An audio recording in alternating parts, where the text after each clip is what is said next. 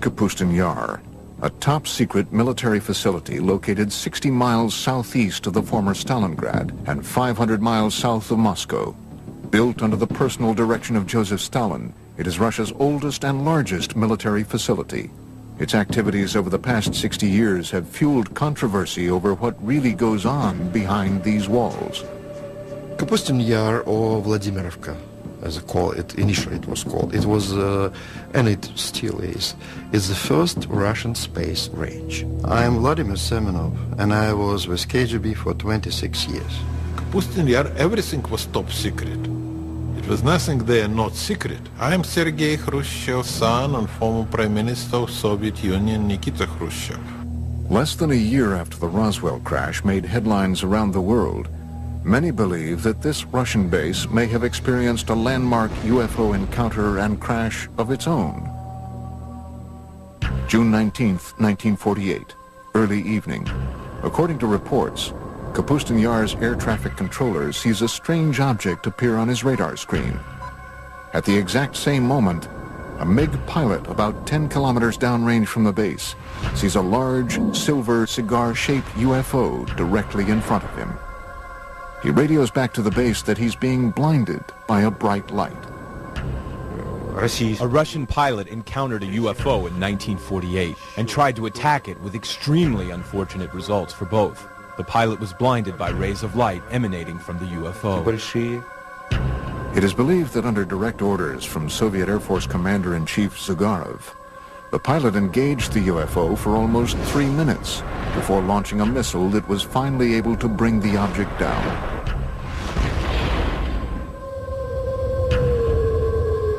But unlike Roswell, this crash never made the papers.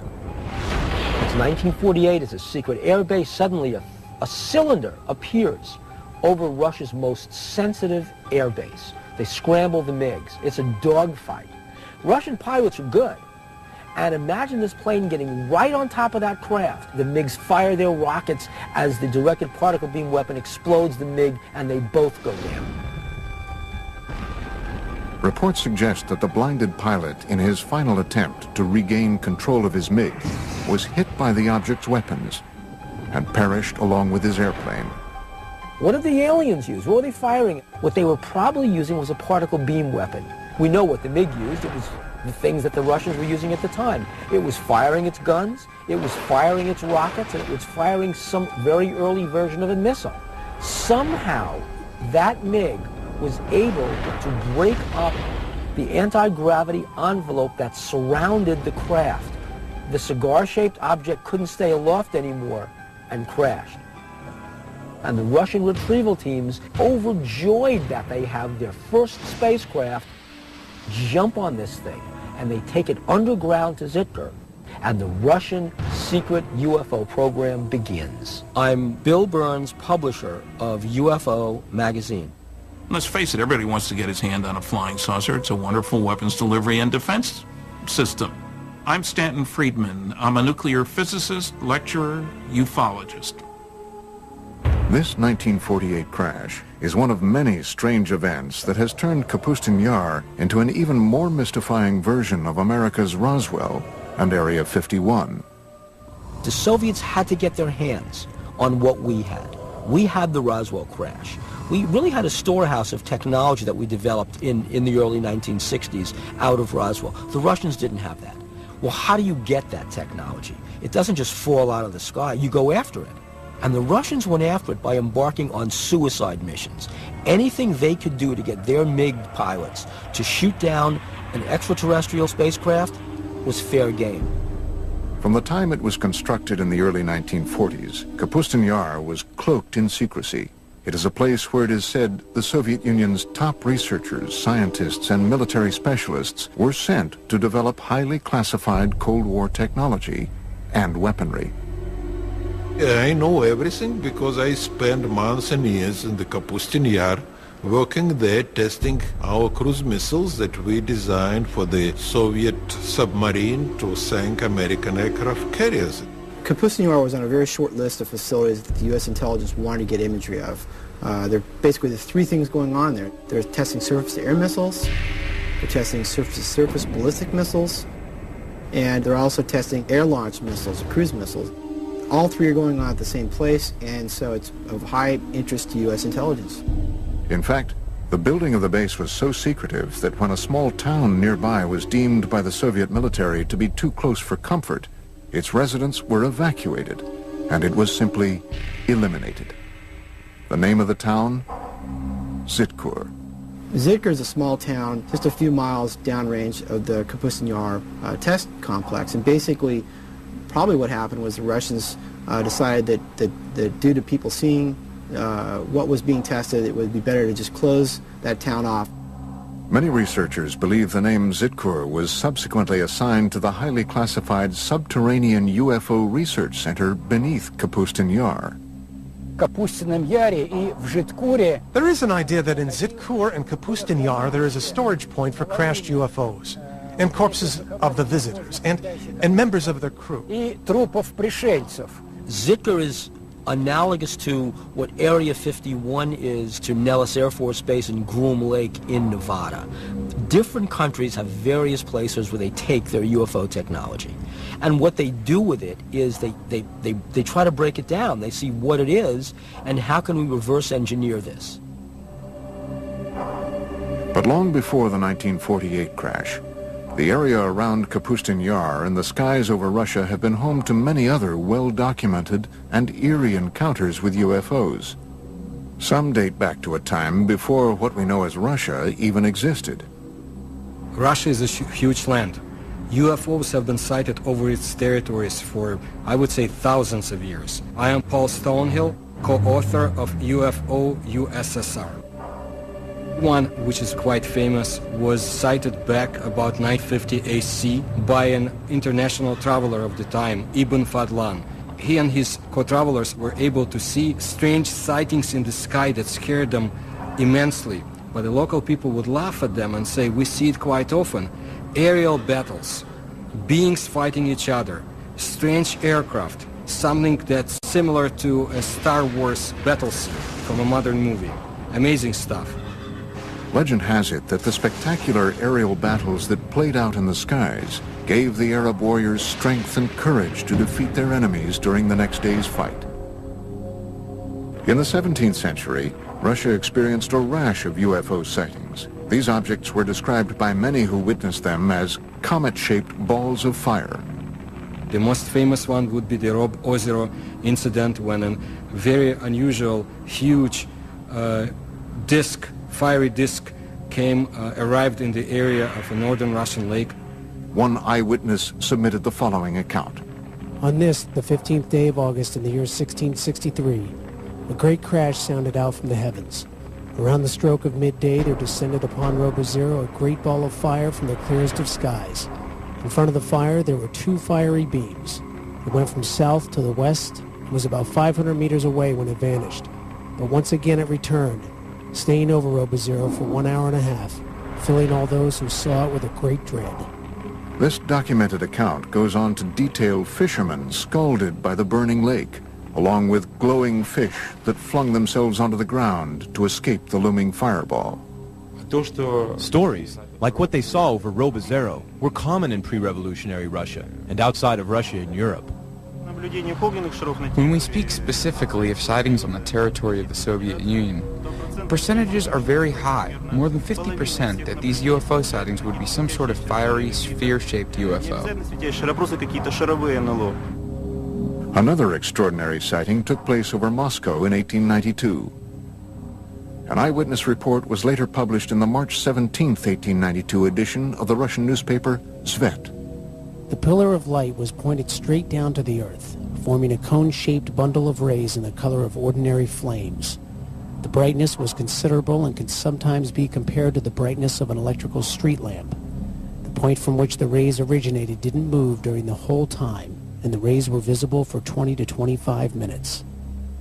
While enormous fireballs have been sighted over Russia for centuries, there have been none bigger or more devastating than the event that leveled the Siberian forest of Tunguska in 1908. And of course it was one of the theories which have to appear that it was not a comet, it was not meteorite, that in reality it was a spacecraft. Coming up, did a UFO explode over Tunguska. It is believed that not one but two objects collided over the Tunguska in 1908, equal to many Hiroshimas. And later, what happened to the wreckage of the 1948 crash at Russia's Roswell?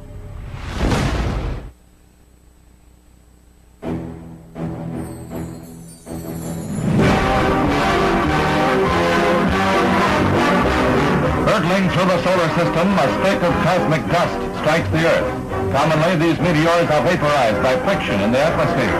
This is part of the story of one that wasn't. A meteor that landed in 1908 in Siberia with the destructive force of an atom bomb. June 30th, 1908, approximately 7 a.m. The tranquil forest of Tunguska, Siberia, was rocked by a deafening, earth-shattering explosion. The explosion packed the power of a 40-megaton hydrogen bomb. Large trees snapped like tiny twigs as the explosion decimated the dense forest. The effects of the blast were felt as far away as Western Europe and were at first believed to have been caused by a giant meteor smashing into Earth. My own personal conclusion is that that was Mother Nature showing off, if you will, but that there was no intelligence behind what happened there. It wasn't a rocket, it wasn't a bomb sent to let us know that aliens are watching you, Earthlings. Literally a catastrophe from outer space. Yet UFO researchers say if this devastating explosion was the result of a meteor, why were there no craters found in or around Tunguska? It is something scientists to this day have had trouble explaining. This was, let's call it an explosion, although some people call it an implosion. Whole kilometers of the taiga forest were destroyed. The event itself caused changes in the magnetic field of our planet. The academic establishment is of the opinion that the Tunguska event was simply a meteor, but there are many facts that speak to the idea that it was, on the contrary, rational guided flight. It made a turn, which is something that a natural object or meteor could not have done. What was it that could have done that level of devastation and not leave a crater? Modern-day UFO researchers were not the first to suspect that the Tunguska event was the work of something other than a meteor. Reports suggest that Stalin believed the Tunguska blast was the result of a UFO that had launched some sort of experimental weapon. Stalin was interested in the acquired information to determine whether UFOs presented an immediate threat to the Soviet security. That's why he used some of his top scientists to give him an assessment. Scientists like Korolev studied UFO materials.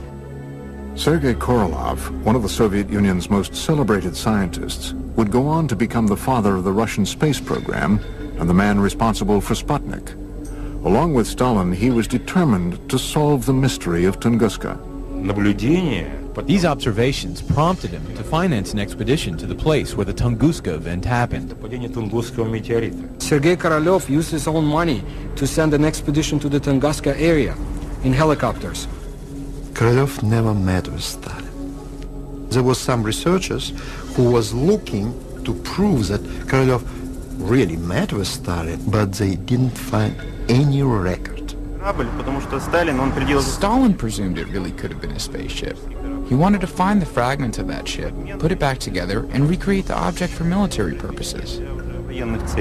Initially, Korolev found that many of the physical scars left behind at Tunguska were still visible. But the most shocking discovery came in the form of radioactive metallic fragments found at the site. Debris uncharacteristic of any asteroid or meteor. If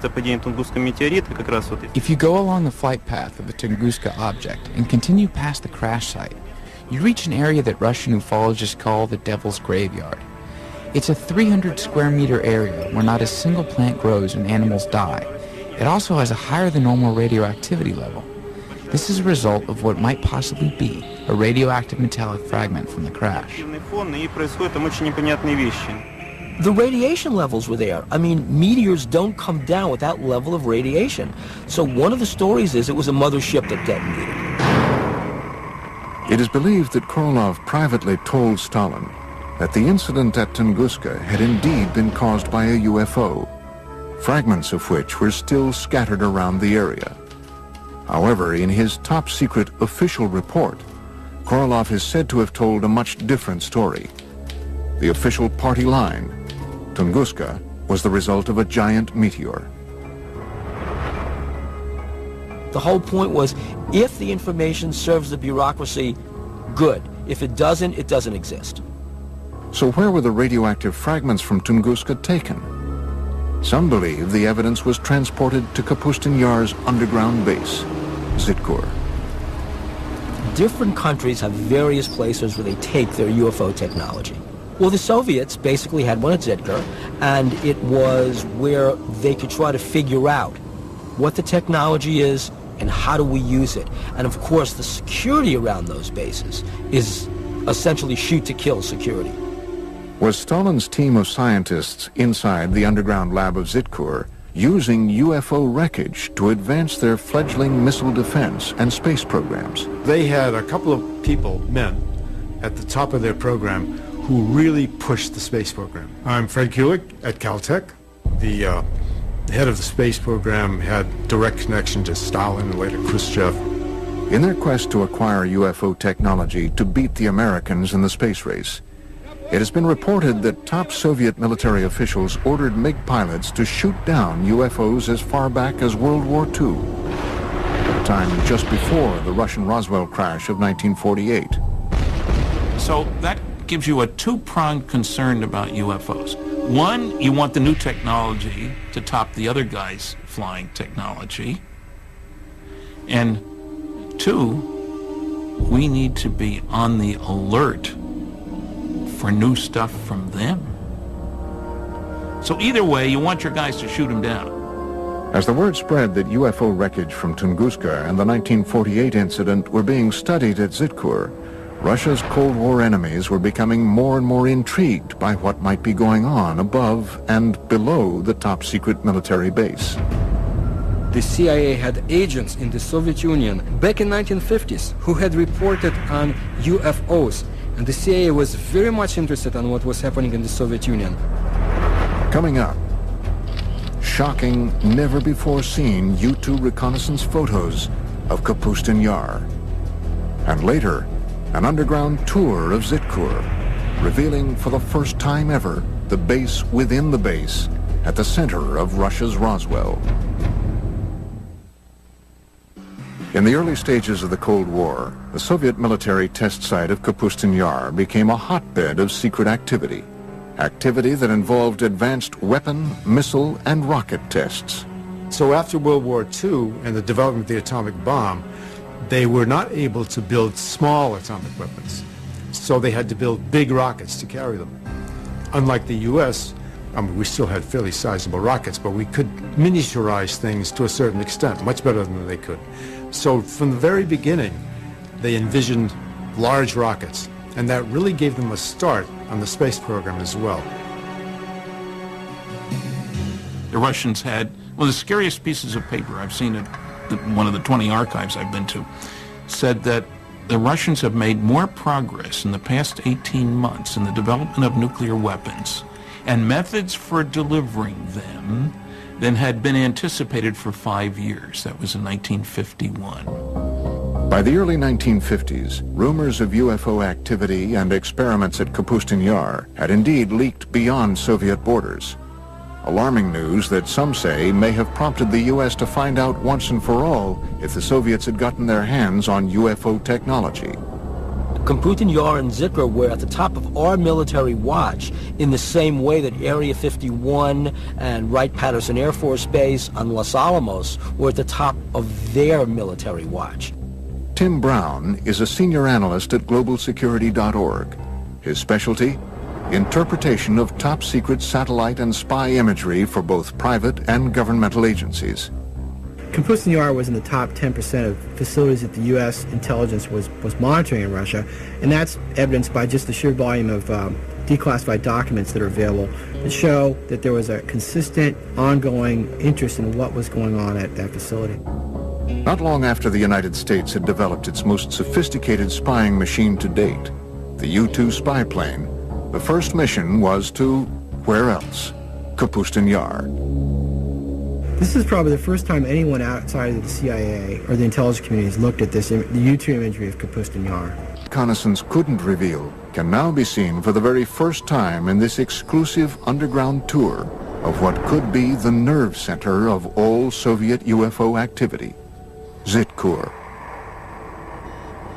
Based on reports and drawings from Russian UFO expert Anton Anfilov, seen in the West for the first time, this rendering is what might possibly be the first glimpse ever of this secret cryptic facility a quarter-mile below Kapustin Yar.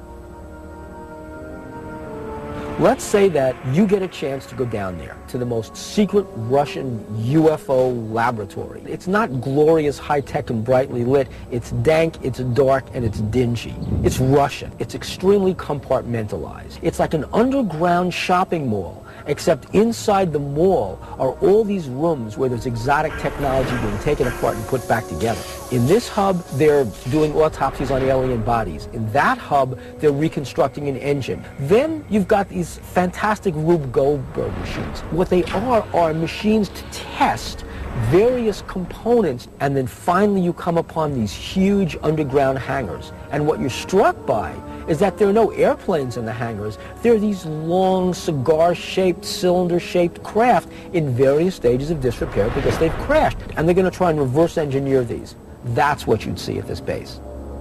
Is this the secret location where the wreckage from the 1948 Russian Roswell crash was taken, along with fragments from the Tunguska UFO? I cannot deny rumors of the so-called captured UFOs. The Soviets tried to recover lost fragments of their secret tests, and it would be convenient to them to say, yes, UFOs is something that we captured, a UFO is in our hands, but why would they keep the secrecy on the subject of UFOs so tight? And did this heavily guarded experimental facility specialize in reverse engineering designed to destroy the United States? If Kapustin Yar is where you're doing your advanced development work, rocketry, aircraft, weaponry, laser weapons, all this kind of stuff, where you need high security and a good setting for your scientists and major computer facilities, then you'd expect that that's where they'd be doing their UFO, advanced UFO research, not UFOs 101. UFOs 404. It's just natural to do that. And of course you'd have underground bases, you'd have protection against intruding aircraft, you'd be looking out for the U-2s. Another mysterious aspect of Kapustin Yar are the many strange patterns on the ground. Did Stalin and Korolev strategically arrange these patterns to attract UFOs to the base? Some researchers believe the Russians may have borrowed this idea from ancient civilizations, whose pyramids are said to have been constructed in geometric shapes and patterns designed to attract inhabitants from other worlds. Looking at Kapustin Yar from there, there's a lot of facilities, markings, patterns that might, to the untrained eye, look like they're from another planet or not of this Earth. They might look like something that you'd see in South America with the Mayan cultures or maybe crop circles. Between the reported UFO crashes and the ultra-top-secret research, how did the Soviets flaunt their advances at Kapustin Yar? Now there was a new date for Russian youngsters to remember. October 4, 1957, when Sputnik, the first Earth satellite, was launched. October 4th, 1957. The Soviet Union's space program successfully launches the world's first artificial satellite into orbit. In the history of the Earth, no other event had captured the imagination of so many people as this first step into space. 4 years later, the Russians once again beat the Americans by launching Yuri Gagarin into space in the first manned flight to orbit the Earth. 2 feats that put the Soviet Union way out in front in the ultra-competitive space race. We are the first, and all next steps in space for, I would say, for nearly 10 years, Soviets was ahead of the United States. First man into space, first woman into space, first walk into space, first rendezvous in space, first document in space, and so on and so forth, until 1981 when the shuttle was launched. I'm sure the Russians have done their darnest to reverse engineer anything they can get their hands on, whether it's American or German or alien. Coming up, relive what many believe to be a spectacular UFO crash at the actual site in a village near Kapustin Yar. I don't recommend that we stay here any longer. It's already harmful. Let's leave here and go to some place where no unknown forces can act upon us and influence us. And find out exactly what the KGB knew about dogfights between MiGs and UFOs at Kapustin Yar as we open the mysterious KGB Blue file.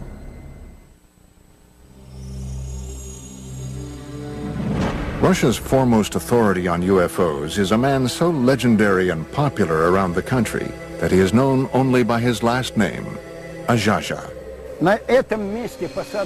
On this spot of the UFO landing, an American group is filming for the first time. He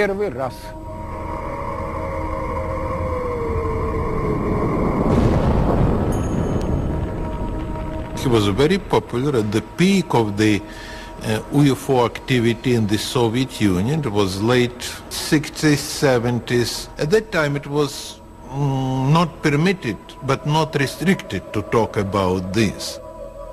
Azhaja invited the History Channel on an exclusive tour of a reported UFO crash site not too far from the site of the Russian Roswell crash of 1948. For that, I have to stand there, on that particular corner. Using 2 copper rods, Azhaja begins the tour by testing the ambient energy that the crash site still emits today.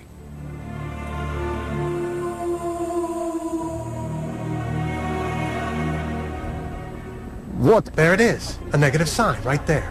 Down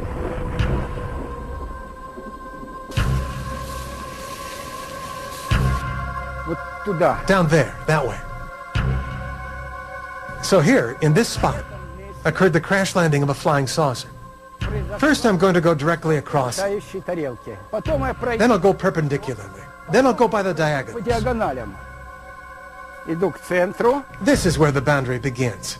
All right, I'm going towards the center. In the center, we see a lot of plant growth and compact. And what's most important is that here, it shows a positive signal. Now we are going towards the border. Now they're showing neutral. And here, here's the other part of the border. Right from here to over there. Now I'm going away from the center, toward the other side. Azhaja is walking the 100-foot by 20-foot outline of a cigar-shaped UFO that reportedly crash-landed here in 1961. Again, now we're going back. It shows a powerfully strong signal. See how it's turning? It's powerfully positive. We're going back. Negative. There it is, see? Here's where the border is. We got one point over there, another point over there. 3 point and 4 point.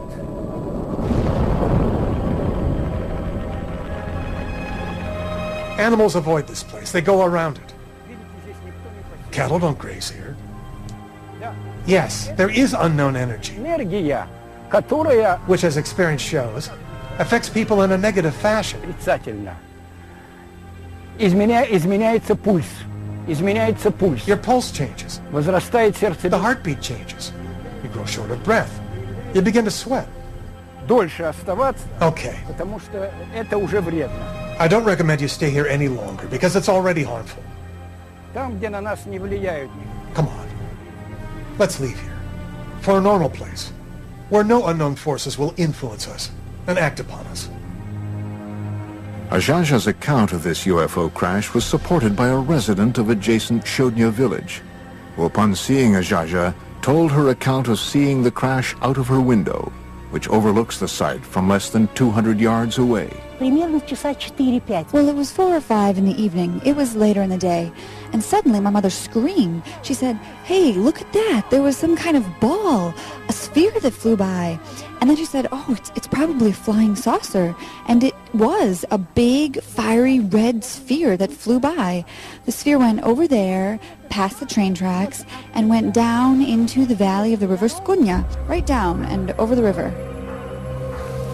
Experts like Ajaja believe that UFO events like this crash, as well as the 1948 Russian Roswell crash, caused a Pandora's box to open over Kapustin Yar, leading to what some have called a war in the skies over Russia. Pilots would often receive orders from the ground to defend their airspace and shoot down UFOs. Other times, the UFOs would go on terrifying attacks. What intrigues me about the Russians as much as anything is apparent dogfights between UFOs. And I've read several accounts of that, several of them having dogfights. Perhaps the most compelling evidence of encounters between Soviet MiGs and UFOs over Kapustin Yar comes firsthand from the most celebrated of all Soviet test pilots, Marina Popovich. A national hero, a cosmonaut, perhaps the Chuck Yeager of Russia. She says that she witnessed actual battles between Soviet pilots and UFOs. One incident in 1964 occurred during a Soviet Air Force training mission. Alexander Kopegin was the commander of a squadron and a pilot instructor in one of the flight schools. One day he was flying with a cadet and they were attacked by a UFO. They went into a spiral dive. While on another top-secret military expedition in February 1980, Colonel Popovich encountered multiple unidentified objects in the skies over Russia. I saw 3 fireballs, 3 amazing lights in the form of a triangle, and I observed them as they flew away. Another MiG test pilot, Colonel Vyatkin Lev Mikhailovich, agreed to tell his first-person account for our cameras for the very first time. August 7th, 1967, 6:30 in the evening.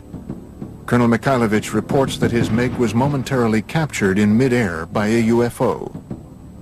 When I was making the aerial move to the left, suddenly from above I saw a light. This big disc began to slowly light up, and I just had time to quickly tilt the plane, but the wing hit the ray of light. The plane shook and the gauges and instruments began to move from right to left, right to left. It is as though the ray of light dissolved into shining little points of light. Imagine my surprise when my technician named Mikhail said, "Lev Mikhailovich, the wing of the airplane is glowing." As it turns out, for a whole week in the hangar, the left wing was glowing with a white light. They washed the wing with kerosene, and soon after that, the glowing ended. Fortunately, Colonel Mikhailovich's encounter with a UFO over the skies of Kapustin Yar in the 1960s did not end as dreadfully as the famous 1948 encounter in the same skies. No, I wasn't scared. I was just puzzled. I was particularly stunned that the ray of light turned out to be hard, because I felt the impact. As UFO reports continued to stream into the Soviet government from both civilians and military officials, the KGB was busy covering up the reports, silencing those who made them, and clamping down on the press. But all the while, the spy agency was creating an official report on UFO activity in the USSR called the KGB Blue File. Americans will never understand this, you know, because you have to be inside KGB to know the power KGB had. And during Stalin time, KGB was unbelievably powerful. Written and researched over the 20-year span between the mid-60s and the mid-80s, the KGB Blue File was one of the most extensive official explorations of UFOs ever commissioned by any governmental agency anywhere. The KGB Blue File is a 124-page collection of documents released in 1990. I believe this is not everything the KGB has had in their hands, and I'm not the only one. The Blue File compiled thousands of reports of UFO sightings, dogfights, and crashes, all of which were described in vivid detail. According to the Blue File, as recently as March 21st, 1990, the residents of a dozen Russian towns not too far from the gates of Kapustin Yar all witnessed the exact same UFO sighting between 10 and 11:30 p.m. The following is from the written account of a KGB internal affairs officer. After obtaining more exact information, it was established that a rather large number of residents in nearby cities became eyewitnesses of a UFO, and in several cases, 2 UFOs. One witness saw a ray of light emitted from the object that illuminated the Earth's surface. If there are so many rumors and talks about UFOs, sooner or later government will ask its intelligence. What's going on, guys? Explain us. And KGB had to create this file with all the publications abroad and some witnesses who saw or thought that they saw it. Is it possible that this 1990 incident could have been a simple military test sent up from the grounds at Kapustin Yar? Or was it yet another incident involving UFOs? Coming up, shown for the first time outside of Russia, exclusive footage of what might be the only recorded evidence of a fireball UFO crash. If the Soviet Union had not imploded under its own weight in the early 1990s, the chilling accounts you've just seen of close encounters of the first kind in and around Kapustin Yar would have remained yet another Soviet-era secret. It's different, because the time is different. You know, if you're talking with elder generation, yes, of course, no question about this. But nowadays, absolutely different. You know, younger generation now, they are living in another society and they have much more freedom. This new freedom in Russia helped the producers of this program acquire, through official channels, this Soviet military footage you are about to see. Throughout the 50s and 60s, the Soviet military experienced a string of failed rocket launches and missile tests that resulted in one disaster after another at the base. Were these simply accidents or retaliatory attacks by UFOs? I have heard a story, for what it's worth, and I don't usually talk about myths, but I've heard that 4 Soviet big launch vehicles were exploded on the pads by aliens because they kept trying to shoot down the flying saucers. Hidden from view for 45 years, a Soviet military cameraman captured the after effects of what appear to be 2 fireball-shaped UFOs that reportedly crashed early on June 3, 1960. From what we can determine, not a single person outside of the Soviet military and KGB has ever seen this footage. 3 Red Army firemen are seen running from this massive fireball, which, according to reports, continued to expand, causing other massive explosions in the area for over an hour.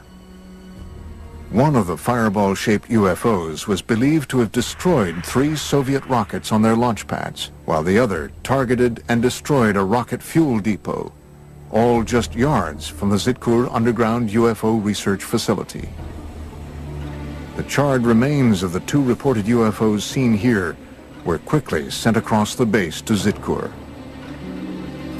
Try and imagine Earth as an undeveloped colony. And just like the United States and the Soviet Union fought wars over other areas, political wars over other areas, imagine the aliens want our resources. And they're fighting over Earth the same way the U.S. and the Soviet Union had conflicts over other areas after World War II.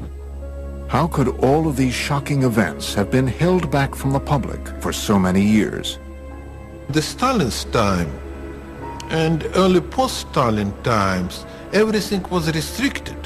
So you was not allowed to talk about this. In Stalin time, they will simply send you to the prison. Could all of these UFO accounts and the trail of freshly unearthed evidence of UFOs be attributed to logical explanation? Or is it possible that strange things really do happen in Russia? A reporter for one of America's largest newspapers says yes. In May 2005, reports reached the Moscow bureau of the Los Angeles Times that a lake about 3 hours away from Moscow had simply vanished. We went up there because we heard that it had just disappeared, and I said, you know, I'm not going after this story. A lake does not just disappear. Kim Murphy visited the site a few days later. Her account was published on the front page of the newspaper on May 27, 2005.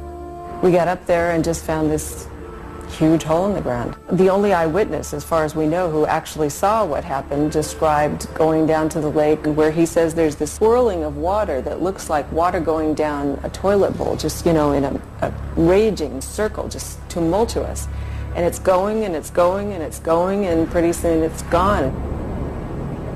From disappearing lakes, to fireballs seen in the sky, to reported attacks by cigar-shaped UFOs, Russia continues to be a land of incredible mystery. And as top-secret work continues to this day at Kapustin Yar and Zitkur, the base remains a potent lightning rod for UFO activity. According to one researcher, Kapustin Yar was the site of a crash in 1989, and even more recently, the debris of a 1997 crash in Poland was taken to Kapustin Yar for analysis. Recent political moves by Russian President Vladimir Putin have caused some in the West to accuse his government of closing the Iron Curtain once again on today's vibrant Russia. On a day-to-day basis, people are convinced and worried that Putin's Russia is a much more authoritarian Russia than was Yeltsin's Russia. They do know that UFO information is not available from Russia as easily as it had been before. You lose the ability to control secrets in an open society. Putin came out of the KGB. He's seeing a lot of valuable information and valuable technology go to private sources. The Soviet Union is closing down in a lot of areas, but also closing down in UFOs. It might be even longer until the curtain is pulled back on the secret underground laboratories and lairs of this legendary Area 51 of Russia. And we have only just begun to scratch the surface of the puzzling mysteries of Russia's Roswell. Extraordinary claims require extraordinary evidence. Seeing is believing.